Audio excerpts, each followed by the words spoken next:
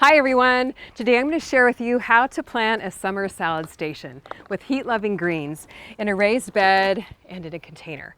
Now, when the temperatures get hot like it is right now in Southern California, your cool weather greens like lettuce, like this tatsoi here, like mustard greens start to bolt. Now what bolting is when the green shoots up a tall stalk from the middle. The greens get really bitter, they start to grow flowers here, and the flowers dry up and go to seed, but they're really not any good for eating. So don't think that because it's hot, you can't have your fresh summer salads. Not so. The key is what you grow. So today we're going to plant some beautiful greens that love the heat. It's quick and easy. We're going to plant them right here in this little shorty raised bed. Now these heat-loving greens take the heat like a boss. They're very, very hardy and will take heat even into the 90s and the hundreds. And you don't need a ton of space. This little shorty is only about 3 feet long, so you can pop it up on your deck or patio, or even grow your heat-loving greens in a little container like this. So super easy to plant, doesn't take a lot of time, but you do need to start now. So that way, as your cool weather greens start to fade with the summer heat, you can keep the harvest coming and the salads coming with some brand new fresh greens to take their place. So I've already got some kale, which is one of my favorite heat-loving greens, planted in the smart pots here. And we've got some New Zealand spinach. Now, New Zealand spinach is not your typical spinach. It has kind of a mild, zippy type flavor. It looks a lot like spinach, but it's really good sauteed in scrambled eggs, or popped into smoothies, or mixed with other sweeter greens in your salads. But we're also going to pop some more kale here in the smart pots. And this is red Russian kale, one of my very favorites. And what I did with this is, while I was waiting to free up space in the garden, I actually started these seeds and just kind of set them outside on a spot where they get a couple of hours of sun a day. So they're here in 6 packs, now ready to transplant into little shorty. So we're just going to dig a couple of holes and put a few of these red Russian kale transplants right in here. It'll make a really nice salad with this red KX kale. And the red Russian kale is from my heat-tolerant green seed collection. There's 6 varieties in there that are especially designed for growing in heat. Now kale can get to be quite a large plant. So I'm going to pop my transplant right here in the back. And I used, I'm reusing the soil from a previous planting. I just added a couple of inches of fresh potting mix, kind of re-moisten the soil, added in some worm castings to give it some new nutrients, and they're going to take off in no time. And I always like to plant more than one plant, because that way, if one for some reason doesn't take off, then I've got a couple of plants going, and then I can just snip them out and thin them out if one of them gets too big, or transplant them into another spot. So besides planting some transplants here in Little Shorty, I'm also going to plant some red Russian kale seeds for my heat-tolerant green seed collection. And the reason why I like to plant both is because then I have greens ready at different times. When one of your greens is kind of wearing out a little bit, you have another one to take its place. And red Russian kale grows very nicely in the heat. The soil temperature is nice and warm right now, so it's going to germinate in just a couple of days. So I'm just going to sprinkle some seeds here in lightly along the drip irrigation hose so it gets plenty of water. And then very lightly cover it with soil. And we're all set with our red Russian kale. So we've got our red Russian kale, our New Zealand spinach. The third heat-loving green we're going to plant is kale still, but it's a different variety. Now it's really fun to have different varieties of kale in the garden here because you have different colors and textures in your salad. And this is a really pretty one. It's called Blue Curled Scotch Kale. Look at these beautiful leaves. They're just gorgeous once they get just a tiny bit bigger. I mean, they're gorgeous now, but when they get a tiny bit bigger, you can harvest them and eat them.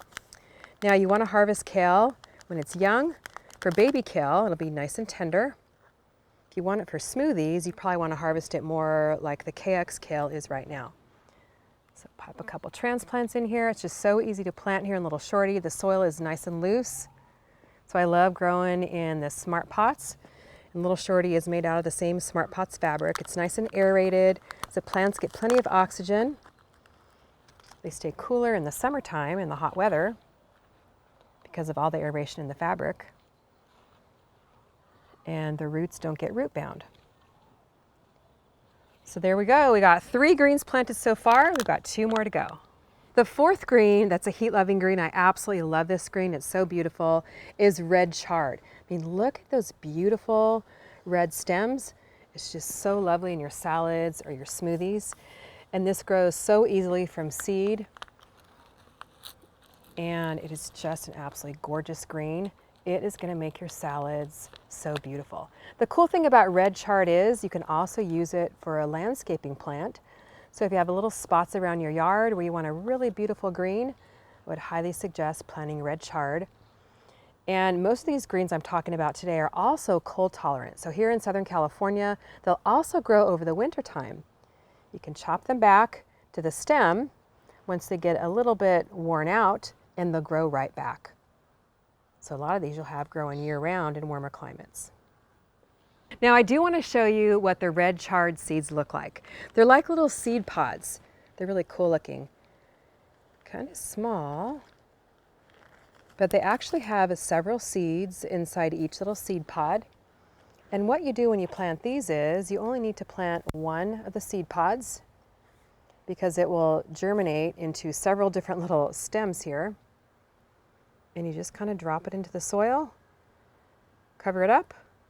You're good to go with 1 more little chard plant that'll be germinating right there. Now, most gardeners are seed lovers and really like unusual shaped seeds, and you're really gonna love this one. The New Zealand spinach seeds almost kind of look like little aliens. They're so cool.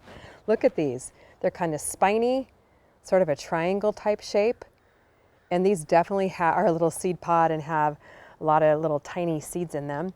And what you do with these is you poke them in the soil just the same as you would any other seed. You want to put them in just a little bit deeper because they're a larger seed. And New Zealand spinach seeds, be patient on those, you guys, because they can take up to 2 to 3 weeks to germinate. Now, I germinated this little 6-pack inside in the house, actually on a heat mat. They love the heat so much, you can germinate them a lot quicker on a heat mat. But the New Zealand spinach does kind of trail over the sides of the pot here. So it's a nice little spiller along the edge, and it'll kind of spill over the side and make your container really beautiful. Now the 5th heat tolerant green I'm going to show you today is red Malabar spinach. This one is brand new in my heat tolerant green seed collection. I started these little seedlings just about 3 weeks ago indoors. I'm not going to actually plant them today. I'm going to let them grow just a little bit taller, but I do have some red Malabar spinach already growing over here, and I love this green. It is so pretty. Let me show it to you guys. It's a vining green. You can see why it's called red Malabar. Look at that red vine there. Isn't that beautiful? And it holds up to the heat, like I said earlier, like a boss. It's got beautiful kind of pinkish red flowers here. It's so pretty. Bright green leaves. And I didn't really have a good spot to put it, so I just popped it here in this 15-gallon Smart Pots, but you can definitely grow it in a raised bed or a smaller size container. And I just am kind of training it as it grows here up this trellis. It's just kind of grabbing naturally onto the trellis. I've been kind of weaving it in and out, and it's just so gorgeous. It's such a tasty green. What a nice pop of color to your garden and to your salads, and you're gonna love having it grow in the summertime. Now it is really important, especially in the summer heat, and especially when you first get your plants in, you give them a nice drink. So let me go get my hose. I've had my hose link for 6 months now. Love it. Now at the same time I'm watering my plants, I'm also going to feed them. So I'm going to go ahead and fill up this watering can. I'm going to make my favorite plant fertilizer cocktail out of Vermistera Vitality. Put several little squirts in here. This is like a worm castings power in a bottle here. It's going to really help my plants in the heat be nice and healthy, give them that good beneficial bacteria. And then the Good Dirt plant food is high in nitrogen, which is especially important for leafy greens, because the nitrogen is what helps them grow nice and leafy. You can actually give leafy greens a dose of nitrogen all summer long, especially after you harvest, because you want them to grow back and grow you more salads for your summer salad station. So I'm going to go ahead and drench these down really well. And I do have drip irrigation in here, so they'll get regular watering with drip irrigation, which will be really helpful for keeping the soil nice and moist, keeping the greens wet during the heat. It's a nice low pressure drip system, so it gets the water right to the roots where the plants need it the most. And you don't need near as much water when you use drip irrigation. So you're getting a nice little soaking here, so they get off to a really good start. Now the last step for my summer salad station is mulch.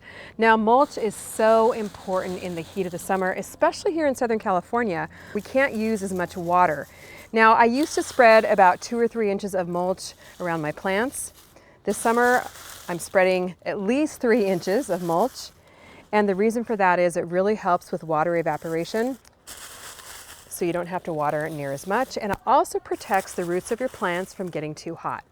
So here I'm using a shredded leaf as mulch, but if you don't have leaves, you can use straw, you can use shredded straw. Just get that soil covered so it doesn't dry out too much. And you can see here I'm just kind of gently mulching around my brand new plants.